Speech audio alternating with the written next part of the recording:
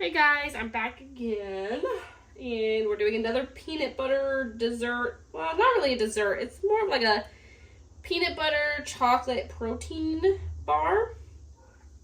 And there's a couple things that I'm changing about it. Anyways, so I've already kind of got all my stuff laid out. We're going to want to start with the base, and you're going to start off with 1 cup of smooth peanut butter. So we've got 1 cup of peanut butter. Here. Try to scoop it out of here. Alright, there's our 1 cup of peanut butter. And then we've got, the next thing we're going to put in is 1 tablespoon of coconut oil. And I've made this one before, and there's a couple things that I'm changing about it, or not like huge things, but there's a couple different things that I'm doing this time versus last time. So and I'll make note of that as I do the changes in the ingredients. So 1 tablespoon of coconut oil. The next thing we're going to do is a 1/4 cup of 100% maple syrup. Go ahead and drop that in there. Set that aside. Alright. If I can get it to drain out fast enough. Don't really know how helpful this is going to be, but maybe it is. Here we go. Better? Next, we are going to add a 1/2 cup of coconut flour.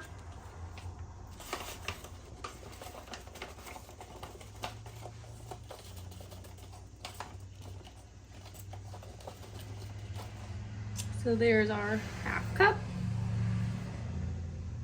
Dun, dun, dun. And then what's optional, I'm not going to do it with the protein powder because we haven't really found a protein powder that we're happy with yet, that we like. So it's okay if you don't want to add the protein powder. If you just don't want that's fine too. So, but if you do want to add protein powder, it's going to be also a 1/2 cup of protein powder. It's going to be the same amount as the coconut flour. So we're going to do that. And then you can add a pinch of salt. That's optional as well. I'm not going to add that. So then we're just going to try to get this all mixed up with the coconut flour.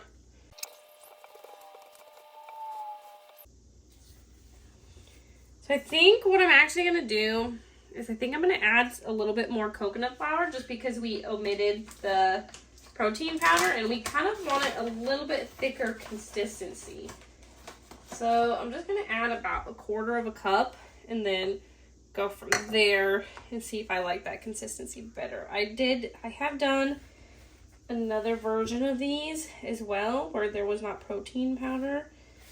And so I kind of know the consistency that I'm looking for. I have an idea of what kind of consistency I'm looking for. You don't want it you want it kind of thick and almost like a dough.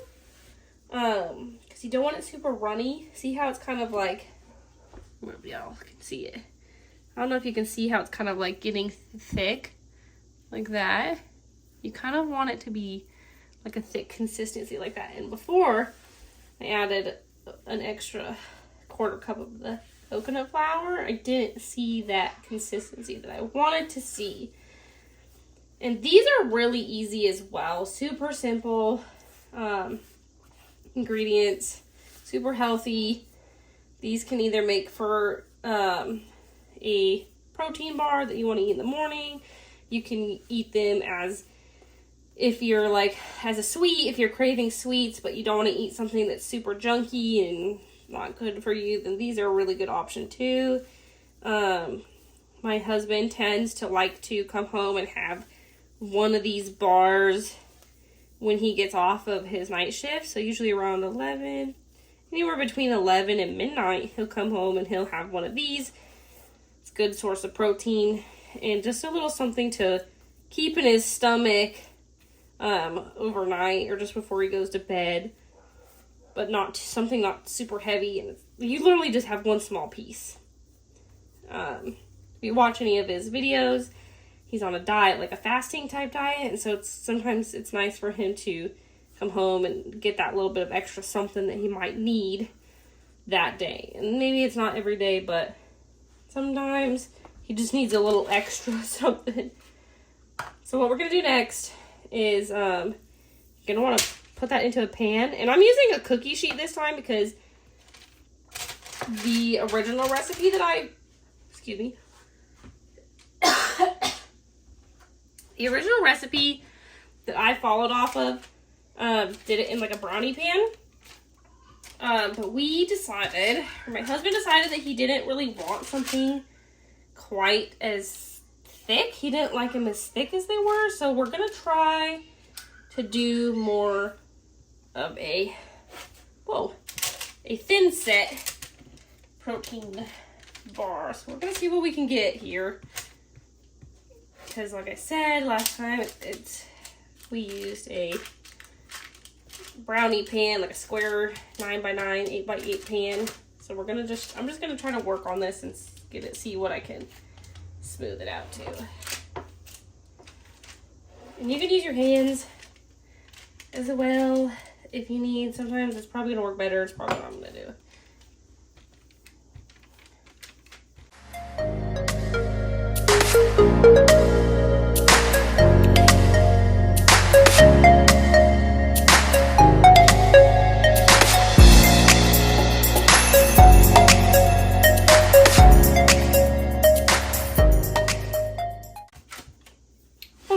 So I'm happy with where that's at right now. You see, it's just flattened out on the pan. So I'm going to go ahead and put this in the freezer and let it cool. And then I'll be back in just a minute after I get my stuff together to do the topping. So be right back. Okay, so I'm back to make the topping while the rest cooled. The base cools in the freezer. So what you're going to want to do is a quarter cup of the same smooth peanut butter.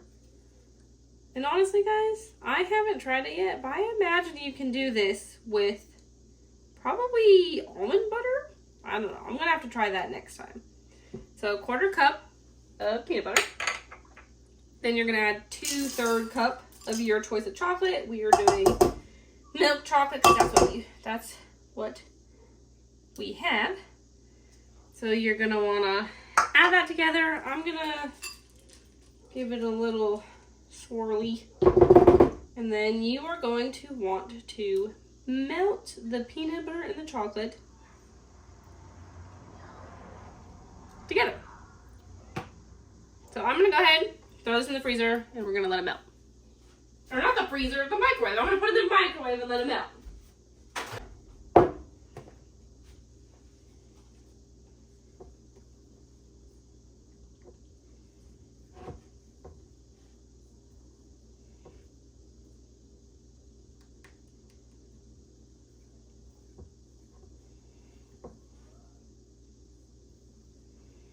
Okay, so now that we have our chocolate melted, you're gonna want to make sure it's all like creamy. You don't want any chunks in it. Just mix it in there really good. And I would recommend probably doing about 30, maybe 40-second increments on your microwave to melt the chocolate and stirring it in between. It'll probably only take two times heating it if you do that. You want to do that. You want to do an increment so that you don't like throw your chocolate in there for a minute and then end up burning the chocolate. So, next thing we're going to do, I'm going to actually throw something else in the microwave while I wait for this. But the next thing you're going to want to do is pull your sheet with your base out of the freezer. Okay. Mine got a little bit messed up because the pan decided to slide and it's a little bit frozen, so I'm just going to kind of try to squish it back together so that we don't have any cracks in the peanut butter when we pour the chocolate over.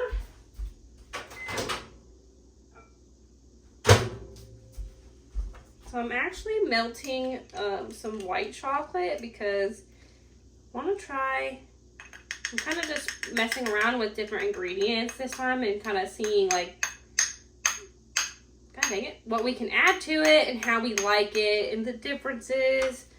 I don't know, different variations of it.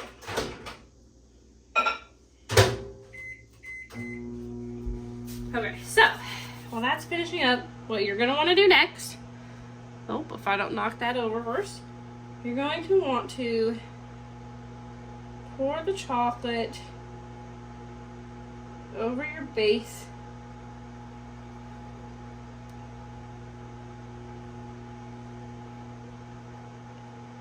And be careful because the bowl might be hot. So you might have to use a hot pad or something.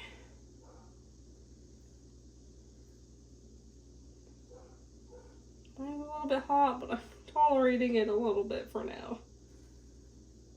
Try to scrape as much chocolate out of there as you can.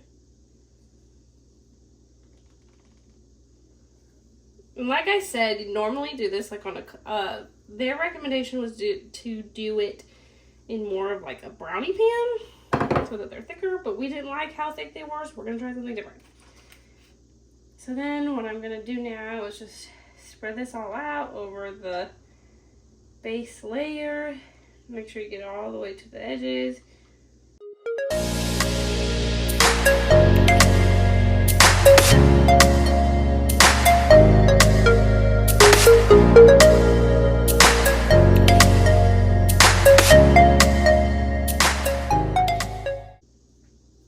Alright, now that I have that, I'm going to go ahead and grab the other chocolate. Hopefully it's done melting. Oh. Ouch, a little bit hot. See, like, I might have burnt this one a little bit. I might have overcooked this one. Let me just check it. So what I'm going to do next is just do, like, these little dollops.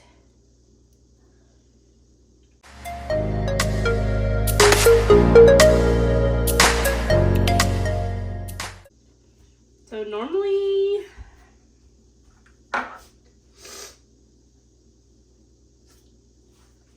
I would suggest using like a Q-tip, or not a Q-tip, oh my gosh, a toothpick. But I don't have a toothpick.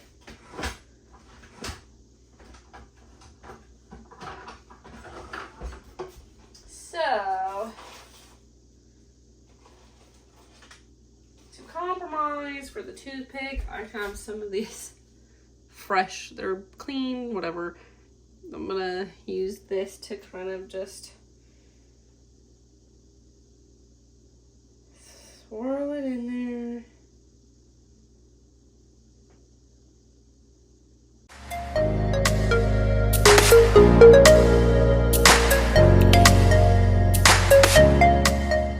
Then obviously this is totally optional too. I'm just gonna take what I have left of these crushed up cashews, and I'm just gonna sprinkle them all over. You can do it without this. I'm just doing this because I had leftovers from the last thing that I made, and I need something to do with these broken up cashews. So yeah, this is what. And then you're gonna go ahead and throw this in the freezer, and you're gonna let it sit until it hardens. And then after you're done with that, we're gonna take them out and cut them up. Here's what it looks like. Looks pretty good. All right, I'm gonna throw these in the freezer and let them sit up. Okay, so these are done sitting in the freezer. So I'm gonna go ahead and get these cut up and packaged. Put into the container so we can. Sorry, just trying to peel it off of that. Okay. So, what I'm going to do, I'm trying to figure out the best way I want to do this. I think I'm going to do it in like, I think I'm gonna do like squares this time.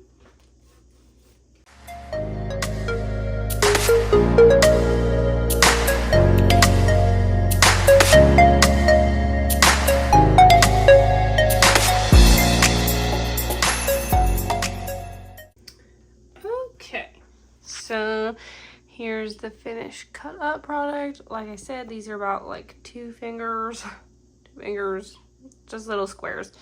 As you can see, we had like a little bit of cracking with a couple of them, like here. This one's gonna be like in pieces, but that's okay. That's gonna happen because they're pretty, yeah. Anyway, so I'm gonna go ahead and get these in the container, and you're gonna want to store them in an airtight container. And you can freeze these ones either in the fridge or the freezer. You just want to make sure they stay cool. And yeah, enjoy.